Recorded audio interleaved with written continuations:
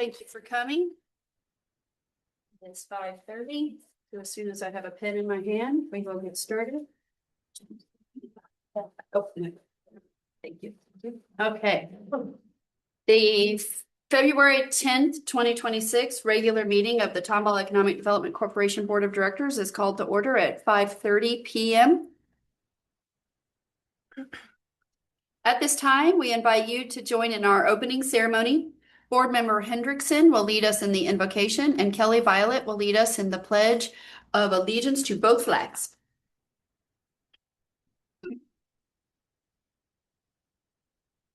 Heavenly Father, thank you so much for today. Thank you for giving us the opportunity to serve with each other, with our neighbors, and to serve this community. God, we ask that you would help us to have the vision, the thought, and the foresight to see things that need to happen and things that don't. Give us the wisdom and the direction so we give glory to you and we honor each other throughout this process. We ask this in Jesus' name. Amen. Thank you. I'm going to pledge the yes law. I pledge allegiance to the flag of the United States of America and to the republic for which it stands, one nation, under God, indivisible, with liberty and justice for all. And now the Texas flag. On the Texas flag, I pledge allegiance to thee, Texas, one state, under God, one and indivisible. Thank you.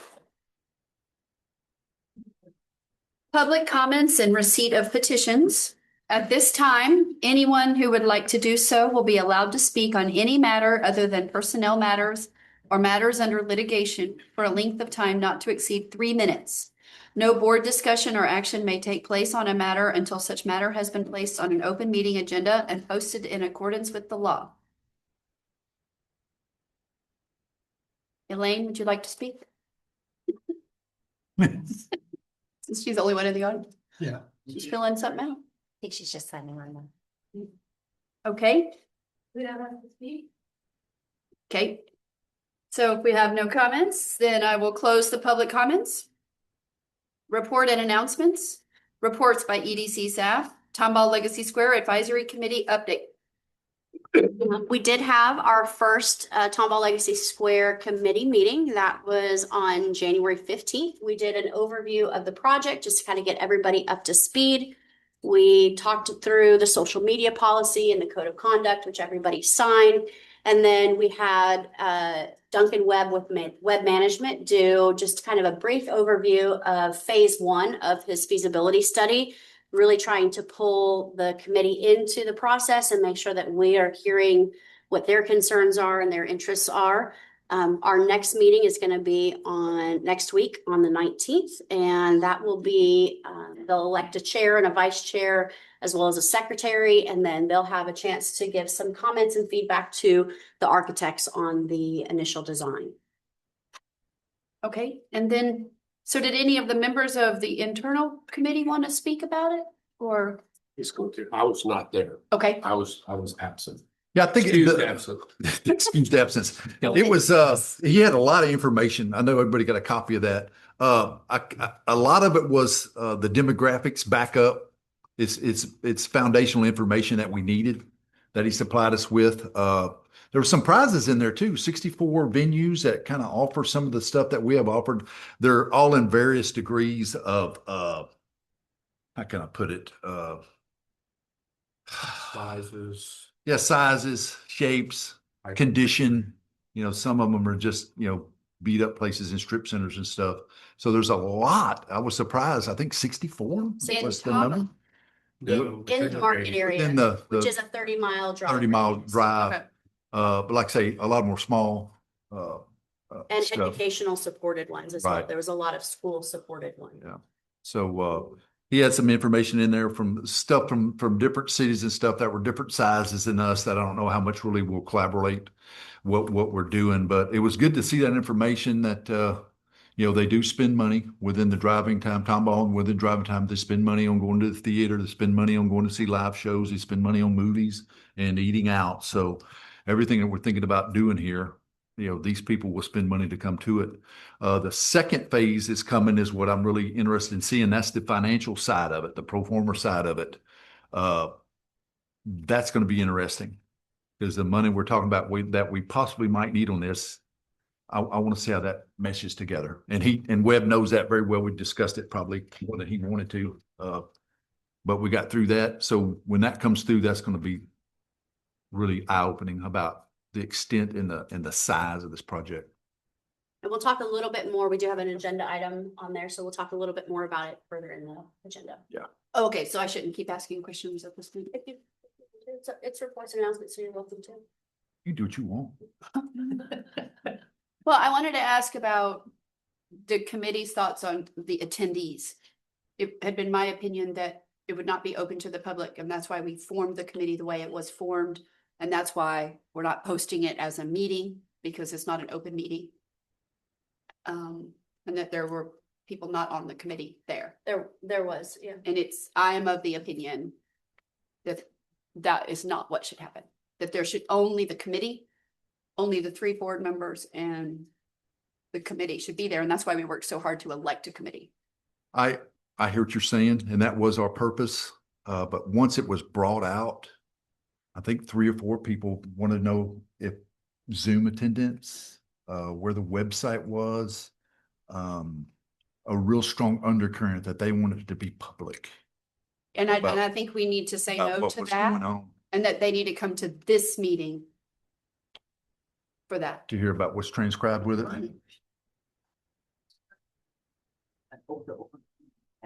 Oh, there, that's, I'm still kind of looking. Right, because that's why there's only 3 of you guys. Mhm, So it's not a quorum of this board, mhm. and there is not a quorum of any governmental body in the room. And that's exactly why we formed it the way we formed it. It's also a subcommittee. It's a subcommittee. It's not this, and I feel like this needs to be the open meeting, and that people who want to hear need to come here and ask questions. You know what? I'm not against it, but I think the next meeting we have, we need to lead in with that and just say, this is a closed meeting. If you're not on the committee or an alternate, you cannot be here. And then they come to this meeting. Yeah. We're not trying to cut anybody out, but we need to let the committee do its thing, and it needs to not be so large and overrun with extra people, that this committee can really get together, spend the next couple of years doing something huge for Tomball. The only downside of that, if the wrong information gets out, you know how that works. And you can't go back and go, look at the Zoom. That was never said. That was never discussed. That was, nobody mentioned that. Nobody said anything about that. Do we have somebody who could take notes? Do we have a secretary? Yeah, we can do, still, and we keep minutes, so they'll approve the minutes of the meetings as well. we can still film it, right? Just don't post it public. That's what we need to do. Right, like we record our BRNE Right. committee meetings every other week. We don't publish them. If somebody later came back and said, well, what was the discussion on that? What was your decision? Then we'd go back and look at it again and maybe give it to them, or we'd give it to them. We're not trying to hide anything. You could still film it without, I'll lead in that with the next meeting and tell them why. I'm making a comment on that. So Okay. we took all that time to elect that subcommittee.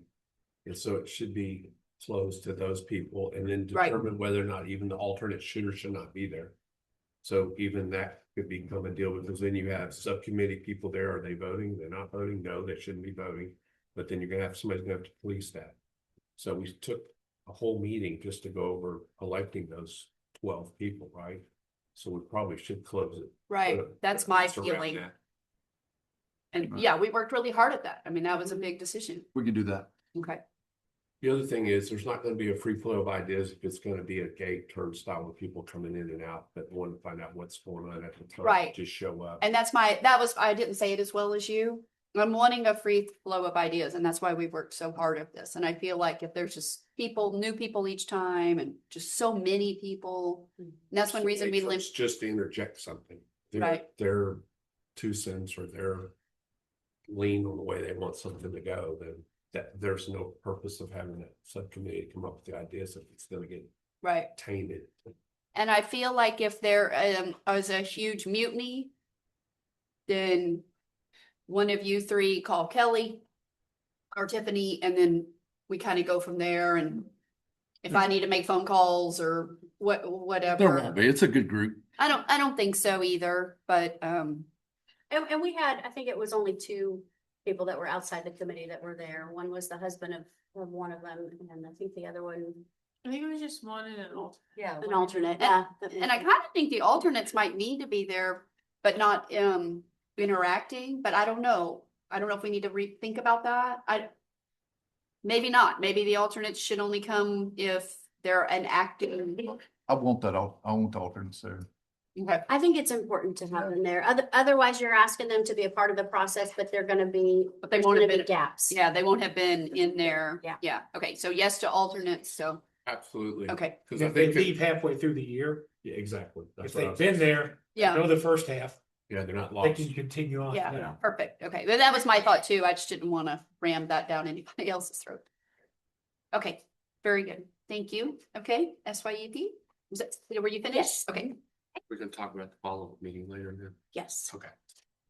Okay, so the Summer Youth Employment Program continues to gain strong traction. The businesses are making their applications right now. The application window will remain open until Friday, February 20th. As of today, we have 36 businesses that are participating, and we have 76 internship opportunities available from that. So just to put it into perspective, this is more than double the participation from 2025, which included 19 businesses and 32 internship opportunities. Kind of moving forward, I'm going to run through timeline.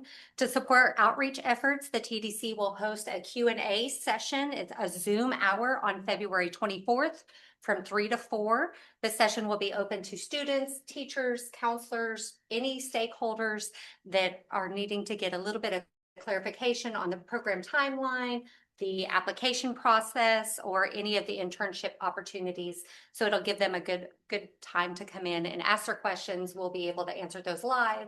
We'll also be putting up information in the Zoom chat to kind of address any and all of that. That was our best way to try to reach the masses for interns. Moving down, the intern application window will open on March 3rd and close on April 6th. In 2025, the program received 118 internship applications. Based on the increased employer participation and the early interest that we have received so far, I would anticipate most likely 3 to 4 times that amount in applications coming in this year. Moving on to the next month, to ensure program readiness and consistency across participating employers, the TDC will host a business orientation and program checkpoint like we always do on April 9th. This meeting will align employers on program requirements, timelines, and the best practices for hosting interns. Additionally, the SYEP committee will meet in April. There's a TBD on the date for that, but we will be reviewing program progress, confirm placements, and provide guidance as the program moves into implementation for this year. And we formed that committee. We have. That committee has met twice, 3 times. Remind me again. So, That's our committee? yep, just Brock. Yeah. Okay. The committee. Somebody. I was gonna say, thank you for taking that on. Thank you for your service. So that committee is comprised of several of the business owners. We have 3 of past participating interns. So we have those students' perspective. We invite obviously representation from TISD, Concordia, Lone Star College, Tomball, and then obviously Brock signed up for that role from this board to have a little bit consistency across. So, and I can go into more of those details once we get to that in strategic work plan if you want more. Okay. I would, you can see on your screen, encourage each of you to visit the newly updated Summer Youth Employment Program page on the TDC website to view the testimonials and the full list of participating businesses. The employers that are represented this year range from different sectors such as healthcare, manufacturing, finance, education, construction, and the list goes on and on. It gives the interns exposure to diverse career pathways. It is honestly impressive to see some of the businesses that we have signed up. I loved all of the businesses that participated last year, and we've just continued to grow and expand on that. We have HCA Hospital. Today, Northwest Heart Center, Houston Heart Center signed up. And so there's just a a phenomenal list of businesses that are a part of this program this year. Overall, we're just continuing to grow. It continues to be one of our best workforce development programs that we have, but I will hush on that and answer any questions if anybody has anything on SYAP. If not, Seems just limitless, doesn't it? So excited about this.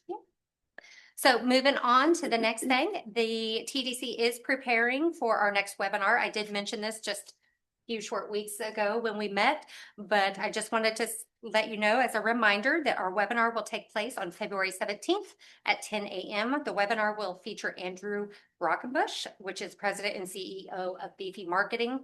Participants will learn about AI for small businesses. So taking a deep dive into ChatGPT prompts, tricks, and emerging AI tools. So if you would like to sign up and you haven't already, you can just let staff know, or there is a spot on the TDC's website, and that is under the news and updates section, and you can register online. That's all I got. Very good. All right. Approval of the minutes for the following meetings. The regular EDC meeting from January 13th, 2026. Are there any changes that anyone would like to make to the minutes? All right, do we have a motion to approve the minutes? Motion. Any comments or questions on those? All right, I'll call for the vote. Please, all in favor, say aye. Any opposed? Motion carries unanimously.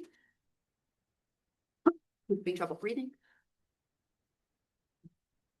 Consideration and possible action by Tomball EDC to approve as a project of the corporation an Old Town facade improvement grant for Tejas Dragon Companies LLC to make direct incentives to or expenditures for building improvements for new or expanded business enterprise to be located at 306 Market Street. Estimated amount of the expenditures is $40,000. Kelly? We received a request from Scott Moore, owner of Tejas Dragon Companies LLC, for funding through our Old Town Facade Improvement Grant Program. This is for improvements to an approximately 2,280 square foot building located at 306 Market Street. This is the former location of Sylvia's Pizza. You can see the before pictures currently on the screen. Tejas Burger Joint, which is currently located at 214 West Main, will relocate to this new space. They're going to undergo a rebrand and introduce a new menu concept under the name of Wise Guys Pizza, Burgers, and Wings. Their expansion will create approximately 8 to 12 new full-time positions and 46 new part-time positions. The exterior improvements include a new awning, exterior neon signage, and electrical work, as well as an exterior door. That's very loud. That's very The interior improvements include the main dining room area, a complete remodel, electrical, plumbing, interior painting, flooring, millwork, and cabinetry.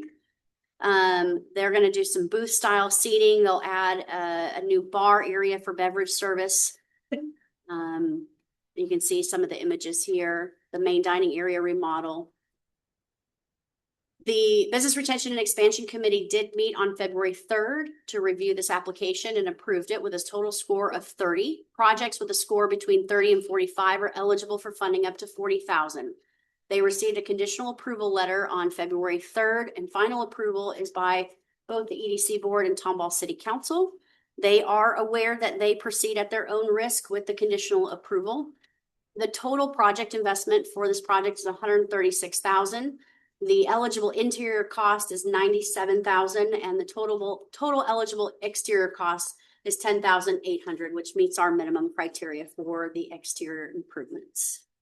Be happy to answer any questions you have. I got one, not just this one, but in general, when they don't own the building and we're funding money for like interior build out, like we're doing on this, I know that's within our purview. But do we check the lease to see what the landlord is paying for their build out per square foot? Because usually you get so much money per foot from the owner. We do check the lease with these downtown ones. They don't get a tenant allowance. So the tenants have to approve or incur the total expense. Wow, so they don't get anything for build out. They do not. Nothing. It's 100%. Dang. Sweet deal for the landlord. My question to go along with this, so what's going on with Tejas? Are they just trying to get off of Main Street because of the construction? Is that part of it? I think they need a bigger space. Did Scott mention anything as far as the construction? Parking. Yeah, I know it's parking's a nightmare for me. But someone's already applying to go into there, so it's not gonna sit in. Oh, it is. Okay, that's. Yeah, there's already a tenant, lined up, Okay. because they have already come to the BRD, right? Yes. Cause, yes, Yes. so the new people have already come to us for a rental incentive. Yes. So it's not gonna sit empty. Okay. Then we're gonna have the public hearing now on this item.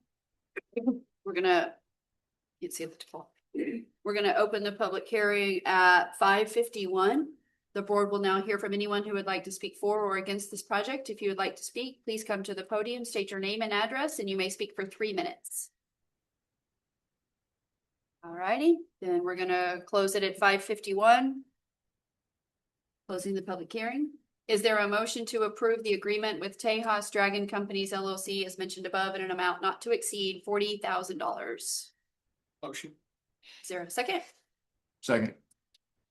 Any comments or discussions that I talked to Scott yesterday and he said he was gonna be here. He emailed me that he was gonna be here, but I'm not. I'm wondering if he thinks the meeting started at 6. Since council and P and Z started. He's not. Yeah. Well, does anybody have any questions for the applicant that we need to wait? Or we feel ready to vote? I'm ready to vote. Alrighty, then I will call for the vote. All in favor, please say aye. Aye. Any opposed? Motion carries unanimously. Although I do think that we need to tell him that when he walks in that we denied it. Since he wasn't here. Absolutely should do that. I will be doing it. By one vote, but we're not gonna tell him who. Yeah, Gotta get a FOIA request to see who did. we need some samples. Exactly. All right. Number 6, consideration and possible action to approve the EDC corporation, the EDC ethics and conflict of interest policy. This is an item we've talked about before. It came up during our incentive policy adoption, the need for an ethics and conflict of interest policy. We've worked with our legal counsel, Messer Fort, to develop and finalize the draft. If you scroll to page, it's 44 in the packet. Essentially, it talks about the definition of conflict of interest and what a substantial interest is. That's really the meat of the policy and what you need to be aware of. So conflict of interest exists when a director has a substantial interest, direct, indirect, in a business entity or real property. The substantial interest is defined by owning any voting stock or shares of the business entity, owning any portion of the fair market value of the business entity, receiving funds from the business entity that exceed 10% of the director's gross income for the previous year, or as a manager, officer, or member of the business entity or of affiliate or associate of the business entity. And then with regard to real property, the matter involves real property in which the director has an equitable or legal ownership interest with a fair market value of at least $2,500. So we tried to make it very clear so that every board member understands what that threshold is for a conflict of interest. The form is in there that needs to be completed before a board meeting. If there is a conflict of interest, that will be stated before the meeting begins or at the beginning of that item. And then that person will need to abstain from the vote. We needed this. That's to find out. I like this.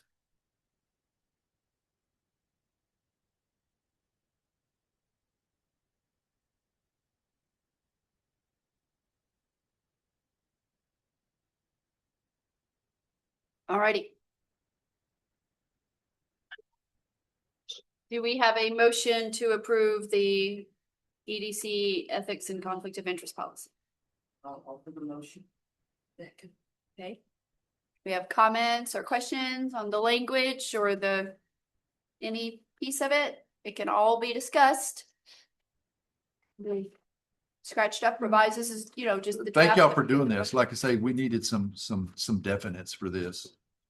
One for our protection and for the public to know. So thanks for the work on this. So just Yeah. a technical question, what is the words? It says director has substantial. Is substantial defined?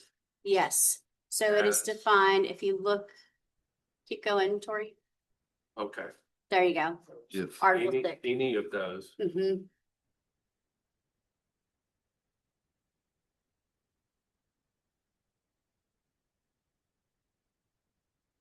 When you worked with Messer Fort on this, my guess is they did not draft this from scratch. Right. That they've, so is this one of the first big things that you did with our new attorneys? Yes. So the neat thing about this too is for everybody to kind of look at this in conjunction with your eyes, just saying, this is the first thing we've really received from our new law firm. And that if we like it, that's good. And if we don't, then that's a sign of things to come. So we would want to start telling them now.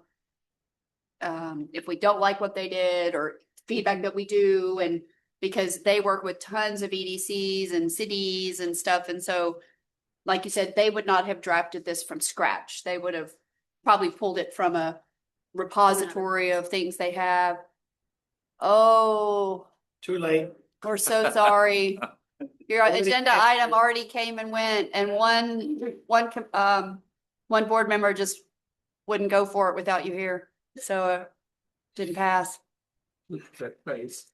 Just kidding. don't look at me, it wasn't me. Tuesday's a new Monday for me, okay? That's one of those Mondays. I'm just kidding. Welcome to the party, but your agenda item has already, you missed the discussion, but anyway. You're good. It was unanimously approved. It was unanimously It was. approved. You don't need, you can answer your questions or anything. Actually, in sales, you just showed up and you got the words. That's right. Don't oversell the You got the sale. order. I guess you're- Yeah. So I have a comment on this. Okay, yes. So I think that director is one entity, but I think it needs to be director / family member. Because it may not be the director directly, but it might be their spouse or relative of. That's a real estate agent or broker or something else that may be conflicted. So I think there needs to be something else added to that other than just director. And then with family member, we need to be really specific that we're not gonna go all the way to the ends of the earth on the family member. I understand. Right, like But as we just, Lori talks about the mayor talks about being related to right. so many people, so you have If to, you're gonna do it like that, you need to keep to the tenets of the town of Tomball. Right. Which is once removed, that's it. So right. basically my children or my parents, but not going farther than that, because then you start trying to get too far out beyond your scope. Mhm. And so then if you're gonna do that, we're gonna also have to think about a nepotism clause then too. Because if you're gonna talk about family and that, then there's all that other stuff. So I mean, this can keep going on in perpetuity and. I understand that part. That's not what I'm talking about. What I'm talking about is if the director is on here, but you end up having someone that's related to the director that can be directly impacted by the decision that the director takes. That's all. I'm saying. Like a spouse or child, like Correct. just the ones from, or parent. Is that covered in the fourth bullet? Ask that again? Is that covered in the fourth bullet? Is a manager, officer, or member of the business entity? Or Legal affiliate? No. No. I There- feel like this is aimed at me because we used to Polly, and if you don't put family in there, I don't qualify under any of these things that you have. None of them. Yeah, you're still good. I own nothing of it. I'm no director. I don't have anything to do with it. Technically, I would not have to recuse myself. It was not. Yeah, I don't- Well, no, this was from years ago. Yeah, no, I. No, no, that not, was no, what no, it's about. thank you. I think this came up. Well, I think like we could use you as an example. Right, It's you certainly could. not aimed at you, but we Yeah, could, you could use me as. we could use you as an example to say, when you owned Polly, that was one set of facts. Now that you're retired and you've given your, or however it is you did, not our business, to your children, but it's your son, right?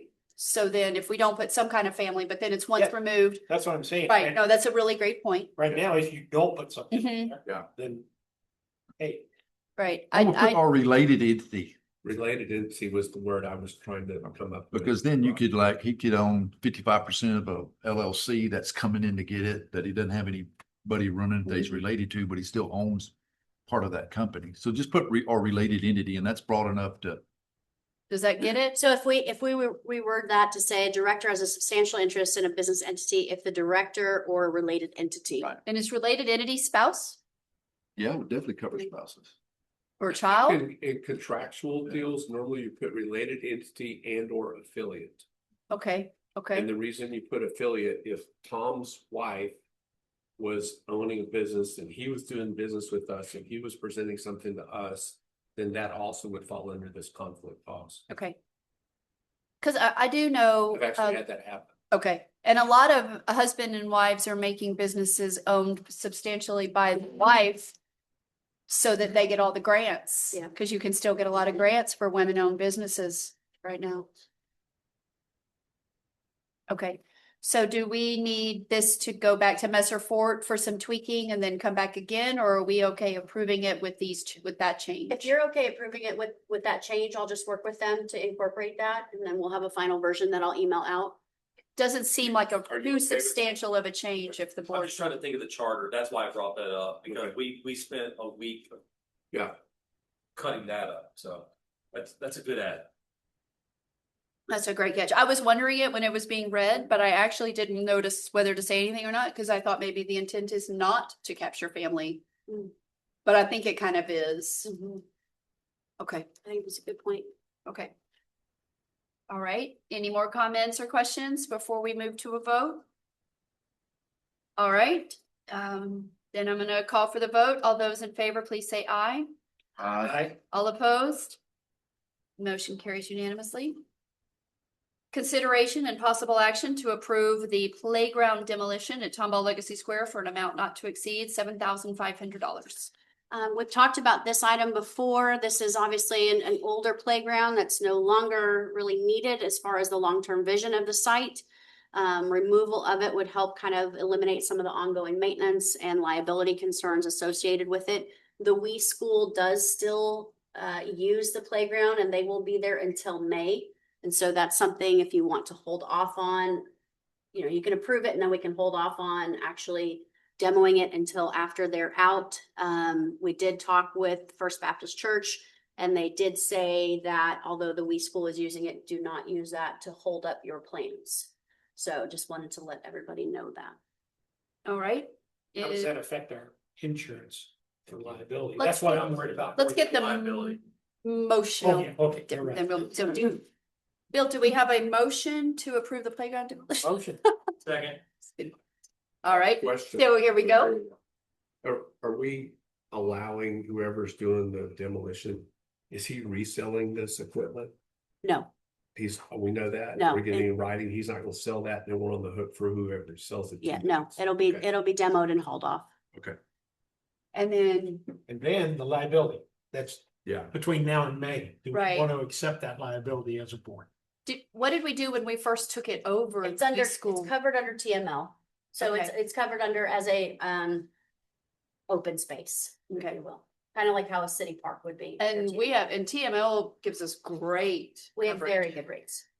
Well, and very good coverage where it's like it's maxed at 250,000. I think so. Like I think our liability would be, I mean, not that we want to pay 250,000, but our under TML, no matter what type of lawsuit we'd be, our liability would be maxed at 250. It's under lock and key right now, other than Wee School, right?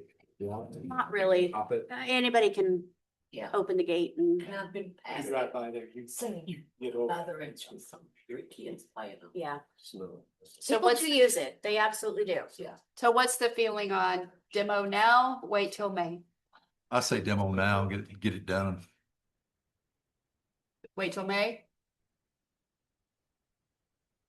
I'm okay with that. I mean, we've got the insurance. got 3 months, Yeah. it's not that long. He probably wasn't gonna start for a month anyway, And he probably wouldn't start for a month anyway, you think? that's just my guess. As long as the constructor doesn't have a inflation clause on the turnkey bid. When we sign the contract, is it set? The It price should will be Do set? you know, Tom, if, Yeah, it would be, but it itself, I think 30 days. We probably need to just get it done then. If there's any increase in the cost, we need to get it done. Yeah. If there's no change, I'm okay waiting since we have the insurance. And we can talk with them and find out if they'd be willing, it's if a- we signed it now. Okay. I want to protect the money. Yeah, we don't want to pay more for it. Yeah, we don't want to pay $10,000 in 3 No, months. right. No, yeah, So are we So- okay with passing yeah. motion with With the the clauses. understanding that we'll have I think that's pretty simple is like, we can wait a little bit as long as the price isn't gonna go up, Yeah, I'm more worried about somebody in the neighborhood getting hurt on it. getting hurt. I mean, it Because makes me nervous Because to the hear that there's, preschool, they've got people watching was it them, quoted? so Yeah. they have some the fact that the culpability. public's using it is frightening. How long Yeah. ago was it quoted? Well, here recently, January 9th is what. I saw him walking out there taking pictures and sketching. the only thing I mentioned is that that space used to be covered under our lease back with Right. First Baptist Church. Then when they reduced it to just their office space and program area, that playground was part of the release area. Whereas before they were responsible and liable for anything going on out there when they were using it. That's not the case anymore. So. Yeah, it is under your insurance. And your insurance, then you also still just got any and everybody. Before it was just the church. Mhm. You have lease. Now it's just kind of out there and you've got residents in the area that are coming over and availing themselves of the park.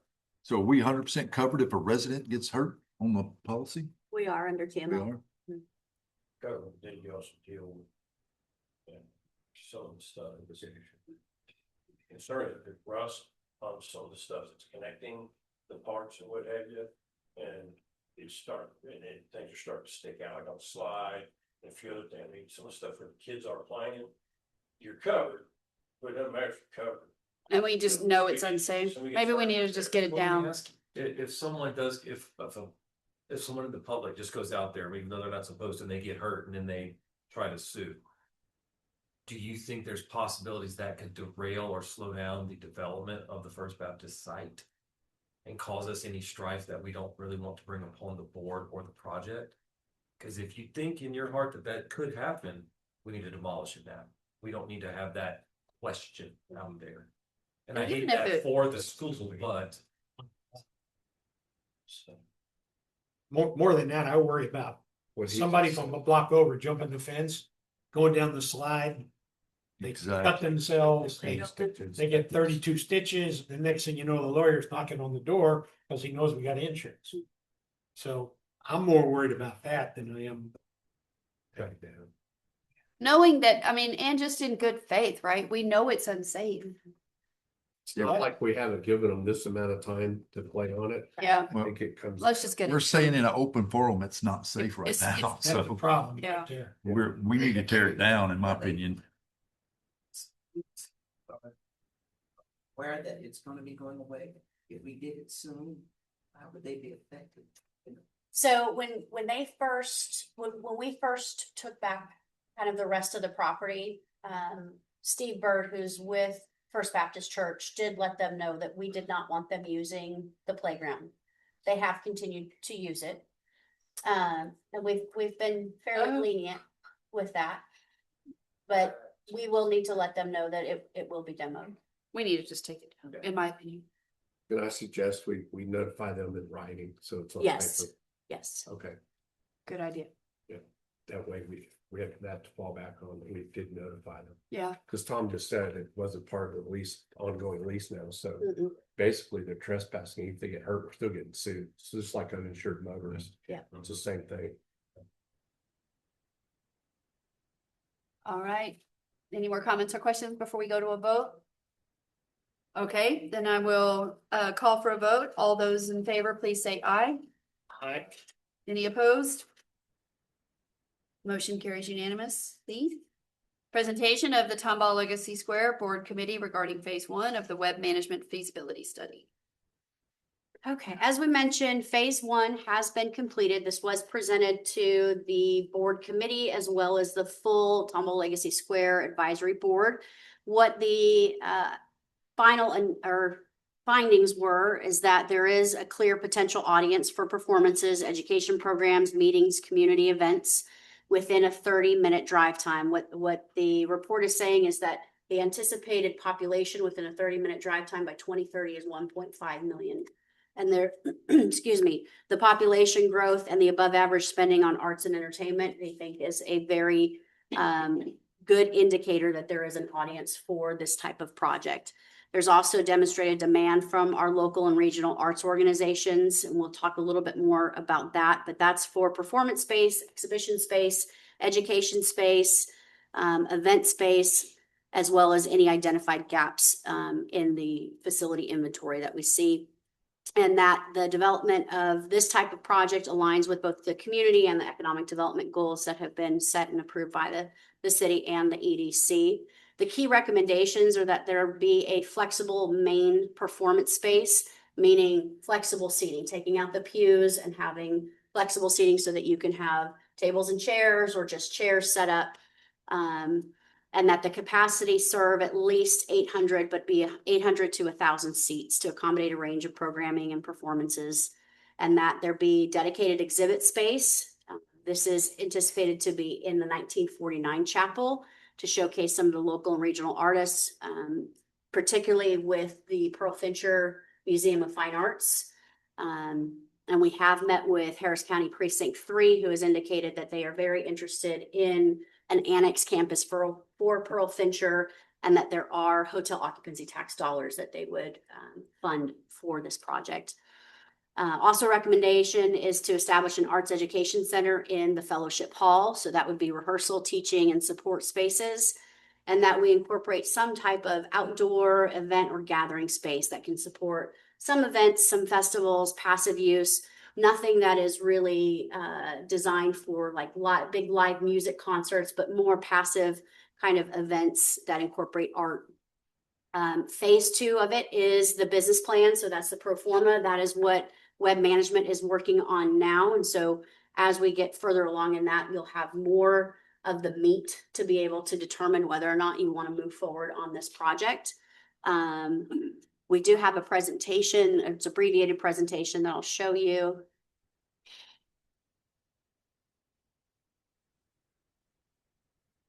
You can scroll through that one.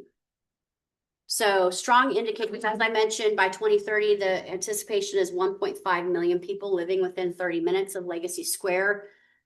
Most of those regional residents have demographic characteristics that suggest that there is likely participation. If you look at the red line, that is the national average. So where we exceed the red line, we are more likely within both the 30-minute driving area as well as Tomball proper to attend one of those types of events that's listed there.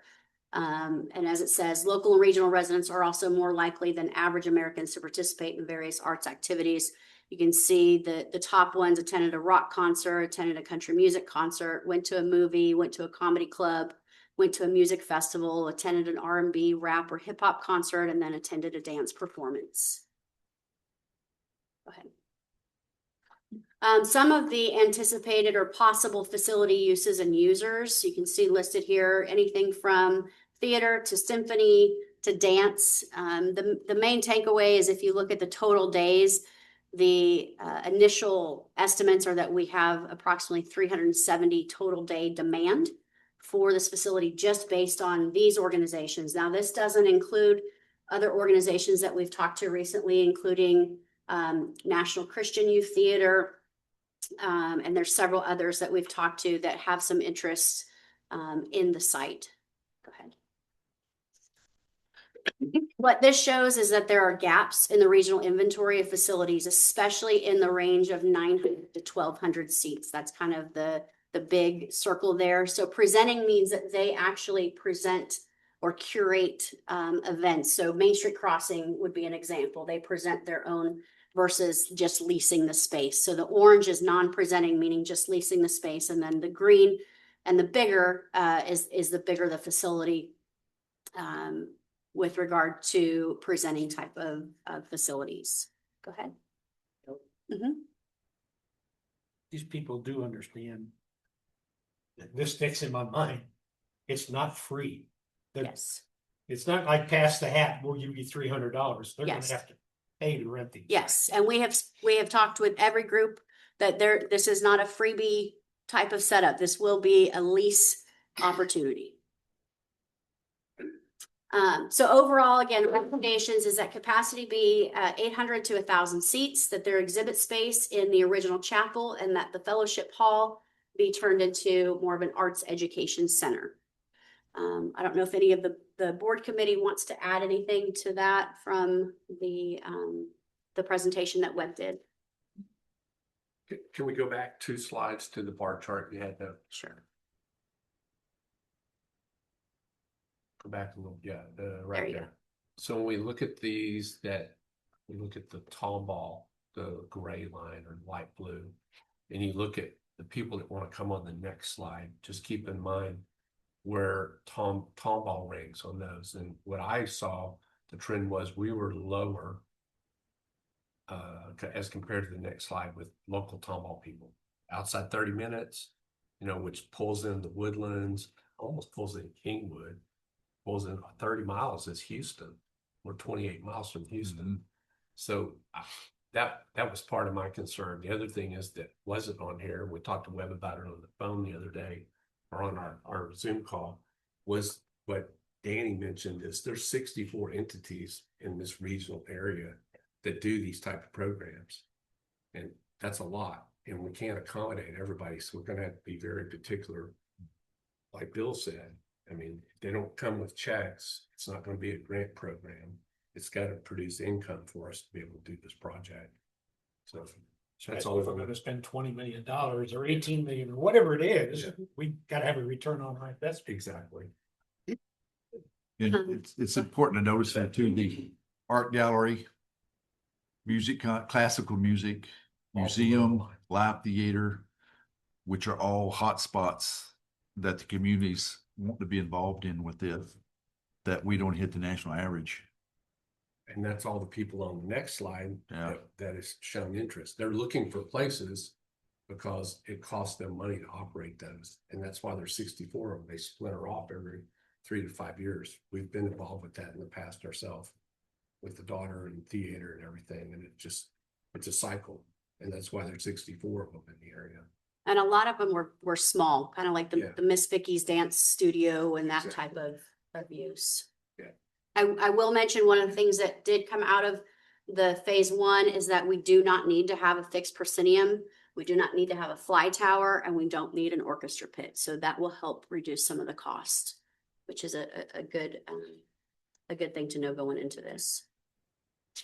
And one other thing, and this is a little bit of heartburn, and I go along with Bill on this. $20 million project's a lot.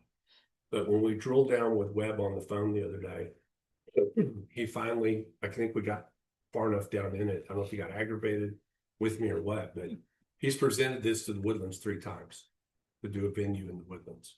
Like And this, a larger An scale. indoor venue. an indoor venue, so not the Cynthia Woods Mitchell, which is all outdoor. Right. This is since 3 Okay. times. Okay, Didn't get out of committee, never got off the ground. So do we know why? He said due to political will within the community. but it just Whether that's- concerns me if the Woodlands with 150,000 people and all of the corporate sponsors up there, if they couldn't get it done, how are we gonna fund a $20 million project in a town of 11, 12,000 people? So we just gotta be very conscious of that. And we're gonna have to drill down in that some more. He's gonna have to share with us. And frankly, I don't even think this data is necessarily new data. I shared this with Kelly. I would like to know when this data was. I think this was produced for that region up there in Woodlands, and part of it was just regurgitated. So I don't even know how accurate or up to date this data is.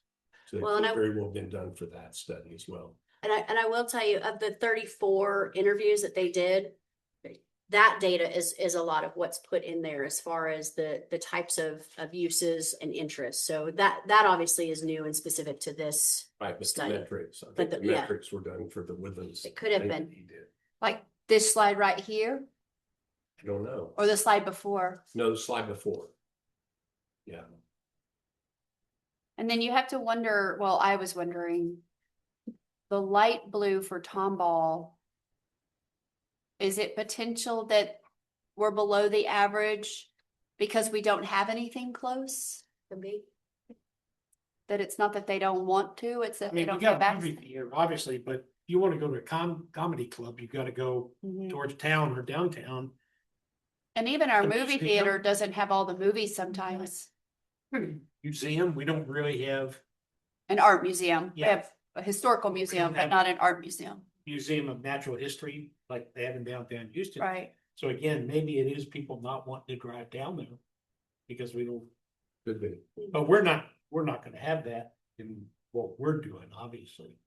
But yeah, some of these things could be right, that they don't want to drive downtown, back, fight the traffic, do everything to go to the opera. And keep in mind, this project is not gonna be supported by the 14,000 people that live in the city limits. It's like our farmer's market. Most of the people that go to that are not city of Tomball residents. It's No, people it's from not. outside. And I think that's the same thing that you'll find with this type of project. But the other thing to keep in mind is we're only the gatekeepers of the property. We're not gonna manage with that, taking the proceeds in for all these venues and shows. So we're only gonna get the rental income off of whatever ends up happening there. So it's not like we're getting gate receipts. So as far as total dollars and income, we can only look at what the lease costs, what we're gonna get out of that. We're not getting anything unless we're gonna get some type of percent of a gate receipt or something. So there's a lot of dollars on a $20 million payback. I'm not saying we go straight ahead with the project, but I think we just have to scale it correctly in order to get the right regional effect. Well, that's what to get people to realize too. I mean, common sense to tell you this thing's not going to cash flow if we spend 20 million bucks. Right. It's impossible. We could load it up 100% of the time. It's not going to cash flow 20 million bucks. It's 200,000 plus a month. So it's just not. And I think I was telling Webb that, and he made a point that a lot of these exist because of large donors and subsidies that come in, grants and things. You that- can't just fund it yourself. You can't just. Yeah, it's never going to cash flow, which I was glad he finally said it because that's where my head's exploding on this. But he said most of these are done through that avenue because I told him, I said, our city council's not going to fund this. They're not going to dump $100,000 a month into this. It's just not, it doesn't make any sense. So I'm really holding back everything until we get the second part of this feasibility study so we can see what we're looking at as far as what it is going to bring in. And then we know what kind of gap we're going to have to fill. And we're also going to know after this what we're actually going to build. So we'll know, we'll have a tighter price guideline to look at about how much we're going to spend on this. Until we get that, I'm just going to say, hey, let's see what we can build, see what we need out there, and then we'll price it out and then let the chips fall where they may. And then also we can look at it and say, okay, we can't do a $20 million project, but we can do Yeah, we're going to fit 15 in, million. yeah, if fit we- what we can Phase one do. at 10 or 15, and then Yep. phase two later, 5 years down the road. After of course, we need to get those numbers back. We need to get some. We need to decide what we want to do. What's the building going to look like? Right. So we're down the road. We can keep doing what we're talking about, which will always be fiduciaries of the public's money. Right. Okay, but we still have to look at, there's other things involved in it too, that quality of life, that's what everybody talks about for Tomball. So we'll have to continue to look at those things. The only other comment I would make is that I think we need to give him enough feedback, and then the next group that we've got coming to say, okay, we're not gonna do a 20 million, or it doesn't look like we're gonna do 20. Let's scale down even our approach to it. So they don't give us a $20 million, $25 million project. And we wrote the check for it already, and we know good and well we're not gonna go that direction.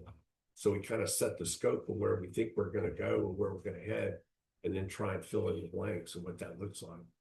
Because we don't need him to come back and give us a $20 million plan when we know we're not gonna finance $20 million plan. And so is that something then that the subcommittee needs to have a call with him, or what does that look like? Kind of waiting on the numbers to come in. Okay, Yeah, I think at that point, we gotta set the parameter. okay. And then did you want to have more conversations with him on asking more questions about where did some of these metrics come from? I think we just gotta drill down on Danny and I are gonna try and get some more information on the Woodlands thing as to the why. Okay, Because when you have the Mitchell Foundation and Howard Hughes Corporation And there's, EDC and Western Midstream and all these other capital developers in the Woodlands, and they didn't make it go through. There's gotta be a why. okay, So all right. Any more discussion? Yes. Well, good job to the committee. Thank you very much. And it's good to see this. Okay. Number 9. Consideration and possible action to approve a professional services agreement with Civic Solutions Partnership for professional consulting services related to the development of the 2026 through 2029 Tomball Economic Development Corporation Strategic Plan for an amount not to exceed $85,200. If you recall, we have had a 3-year strategic plan that we've kind of stretched out in anticipation of the city's comprehensive plan update. Now that that is done, we need to really look at our 3-year plan. What this does is give us not just a 3-year plan, but a 3-year plan plus a 1-year or a year 1 work plan. We issued RFQ number 2025-02 in November. We received a total of 10 statements of qualifications from firms. The Business Retention and Expansion Committee did review and evaluate and scored each of the statements of qualifications. And the top 4 firms that came out of that were invited to interview with the Business Retention and Expansion Committee. Through that process, a company called Civic Solutions Partnership emerged as the top ranked firm. They have extensive experience doing strategic planning, both with cities and type B economic development organizations, as well as comprehensive plan. A scope of services include the project kickoff, that's kind of the launch, really kind of getting the work plan together, the engagement calendar, and creating a steering committee, reviewing existing plans, data, kind of the market context, and then a visit, a field tour, and then the steering committee workshop.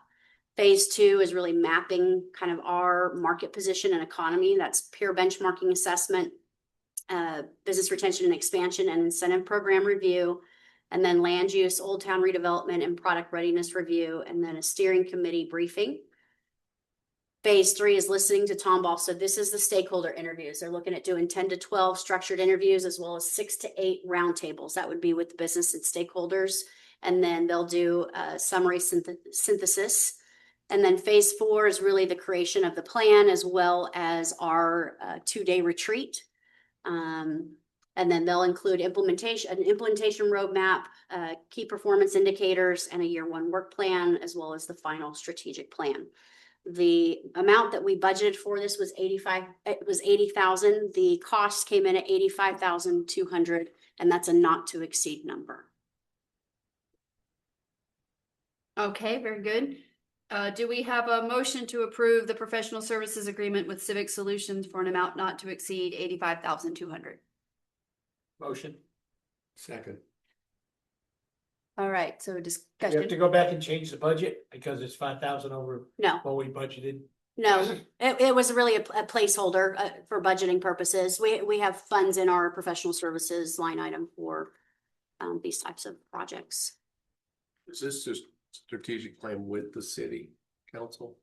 And that's our portion of it, or is that the combined 85,000 for both? This is just for the EDC. The Just for city will be EDC. incorporated into that process, but this is the EDC strategic plan. So we pick up the whole 85,000. Yes. We do, but it's only our plan.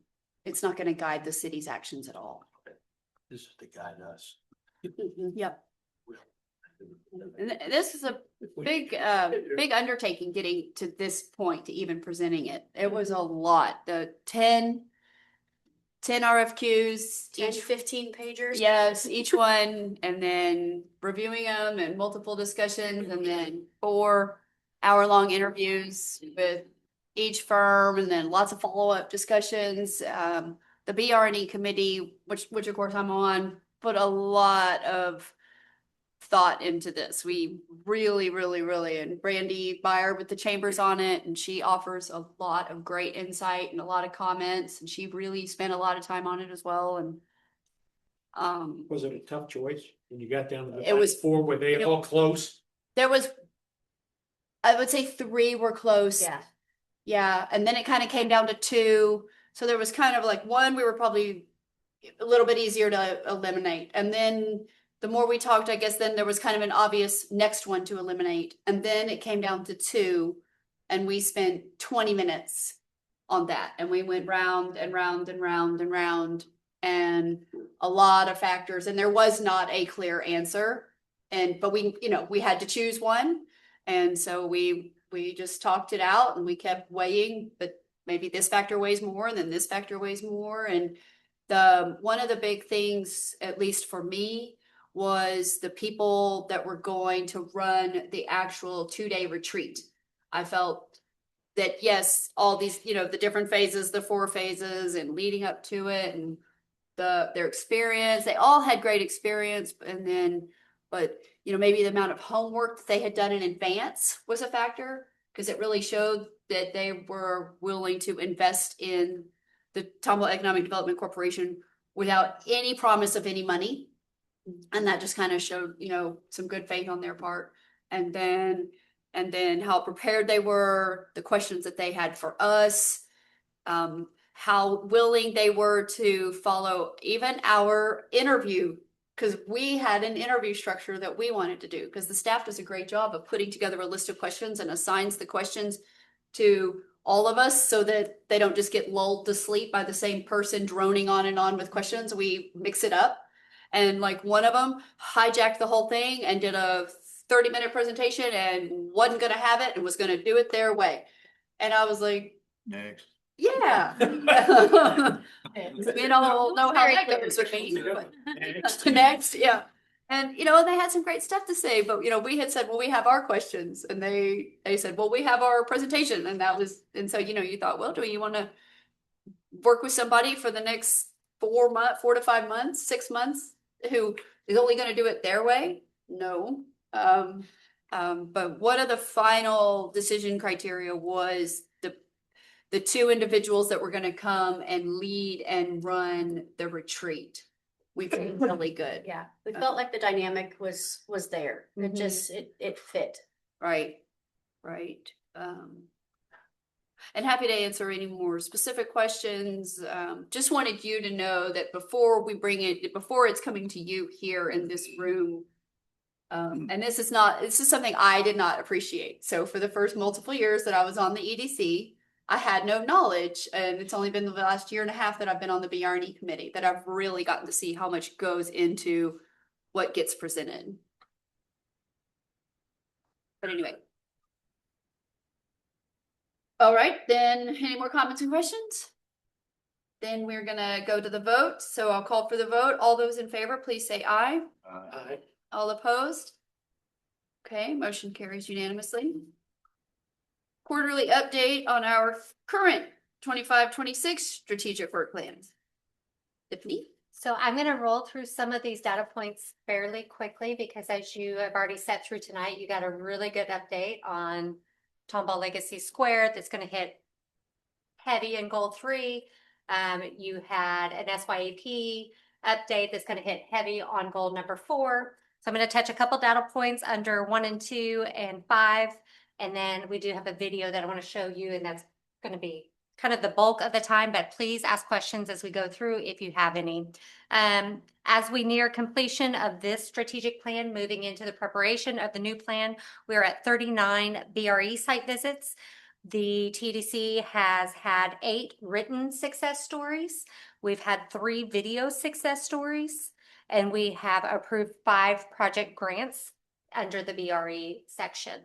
I do want to highlight the newest video that we have that we're going to take 3 minutes to watch, I guess here is, as you know, we've had success stories ever since COVID ran. And so I believe Scott Moore was one of our very first success stories. And that was really meant to kind of perk everybody up, that businesses are still here, give a warm, fuzzy feeling of Tomball and the community that we have here. And so with that, we've done several success stories over the years, but we wanted to highlight maybe something different this year in the fact we're still doing success stories, but we wanted to highlight sectors. And so this first sector video is going to highlight how Tomball is becoming a very foodie destination. And so it's just highlighting, instead of one particular business, it's going to highlight 4.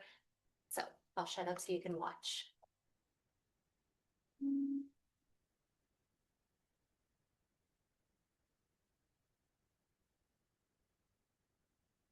Tomball, of course, was where we started, with a little machine making pasta by hand.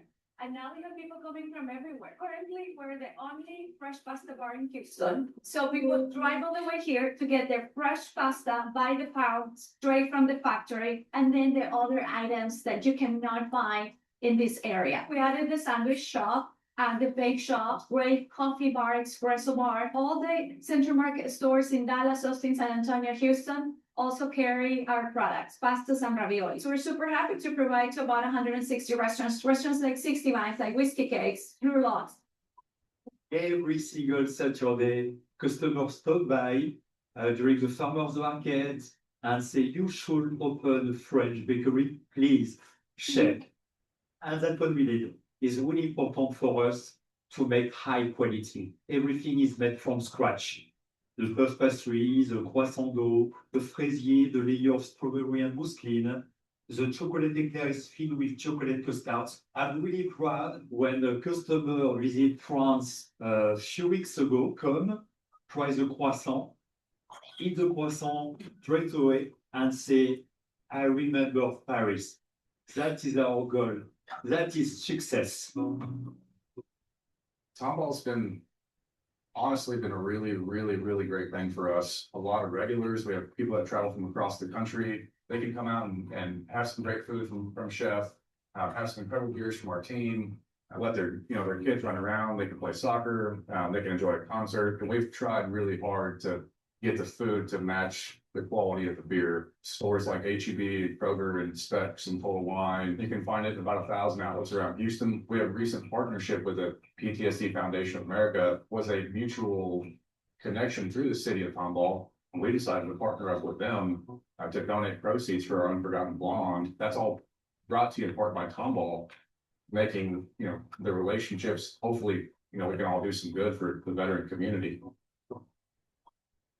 I love our food. It's all made from scratch. It's mostly bakery in there and a little bit of cooking, where usually most restaurants are a lot of cooking and a little bit of baking. It's somewhere that people could come and just relax and just chill and not feel like they're still in the city. They feel like they're somewhere far away. And that's the essence of Mountain too, is that you'd be swept, leave all your cares and your worries behind. All day long, people come in, the new ones, because they go, like, they'll look all around. And then my employees, they like to ask where people are from, and they just dot all over the county, really. It's neat to me to see how far and wide people come. I think it's beautiful that they're also walking around Tomball. They're talking about the farmers market next door and all the different places here. It's just neat to see all the color and life that's coming into Tomball, but yet it's still maintaining that small town feel.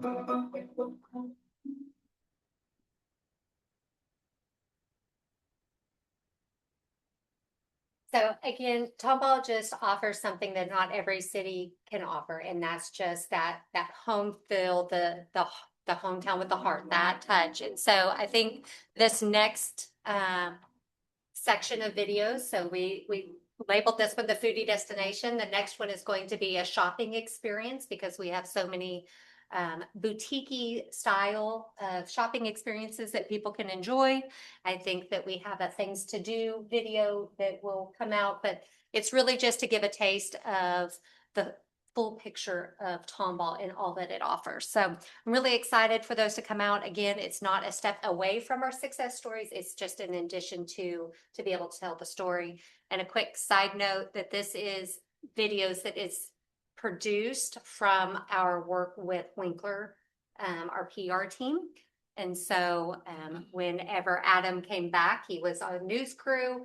He was able to bring to the team for the PR team that experience. And so he does all of these interviews with them. And so I think it's a shout out for him, but I think it's a well-placed video, and we're super excited. And just to clarify, now that he's here, Scott has his own video. Yes. And Scott's video is awesome. It is. And What you just showed is awesome. They did all the places. okay. And honestly, there's so many more that you could choose from. Like Tomball, you should not be hungry. You just should not be hungry here. So But moving on, I could talk about food all night. So moving on to goal number 2, so attraction and recruitment. We remain active in our attraction efforts through entrepreneur education, domestic and international business engagement, and targeted site visits. As you know from last month, we have done the incentive policy. The TIA has been complete, and we have approved 12 projects since we adopted this strategic work plan. Goal number 3, as far as development and redevelopment of Old Town, I feel like I cannot even touch anything that has already been discussed, but obviously progress continues on Tomball Legacy Square. It remains our major focus with feasibility work, schematic design, and public engagement and the committee involvement underway. I will add in on that one. You've seen probably the new billboard that went up on Main Street. And then we have pole banners that just were delivered today that were actually designed by Tori that are going to be going up, I believe, this week. Do we have a picture? Oh, I don't know that we have a picture. Well, we'll just have to go down to Main Street. Yeah. When are they gonna be up? I think they're putting them up this week. Public Works picked them up this afternoon, so. Well, we know Public Works is on it. Yeah. They don't mess around. Coming to a street full near you. Yeah. Wonderful. But just wanted to add that. Thank No, you. absolutely. Kind of hot off the press type of news. Yeah. Goal number 4, workforce and education. Obviously, we continue to strengthen our partnerships between industry and educational partners to support workforce pathways and obviously career readiness. We do have the upcoming community career fair that will be held on April 28th. And obviously, the SYAP program is a great example of our work that we do through this goal. Finally, goal 5 is operations. We continue to enhance our communication and transparency through increased digital outreach, regular city council updates, and ongoing website improvements. And then clearly staff and board, because we've had some board come to some of our educational programs. And so we continue to stay up to date on our continuing education. And that is all I have unless there are questions. I think the presentations that the EDC has been making at council at the workshop. I know I'm probably the only one in here that has seen them, but I feel like it's going really well. Kelly, you're doing a great job. She generally has a handout for council. The council meets from 5 to 6 before the regular meeting, and then the regular meeting starts. And so Kelly and Tiffany, but mostly Kelly does the speaking, Tiffany's there, and then she has a handout, and I feel like it's really going well. And council asks questions and is engaged, and you're picking some great things to highlight, because, you know, obviously you could go on and on and on. But I'm really thankful that you're doing that. I think it's a good opportunity just to continue the communication. Yeah. You know, and like you said, they're asking questions. Now they're starting to call with questions. And so I think it's helped to just kind of open the door a little bit more. I feel like it's really good. My 2 cents. I mean, all of this is great. Okay. Turn the page. Executive session. Okay. Tomball Economic Corporation Board will meet in executive session as authorized by Title V, Chapter 551 of the Texas Local Government Code, Texas Open Meetings Act, for the following purpose: deliberations regarding real property, deliberation regarding the economic development negotiations, and to deliberate the appointment, employment, evaluation, reassignment duties, discipline, dismissal of a public officer to the EDC staff. When we come back, we will reconvene into regular session, and we may take actions, but we may not positive. Okay. Well, let's get moving. Okay. All right. So we're going to go into executive session.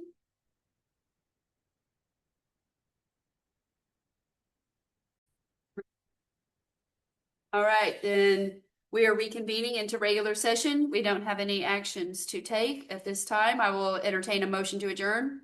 Motion? There a second? Okay. All those in favor say aye. Aye. Any opposed? We have adjourned at 7:34 p.m. Thank you all. Thank you. Good job.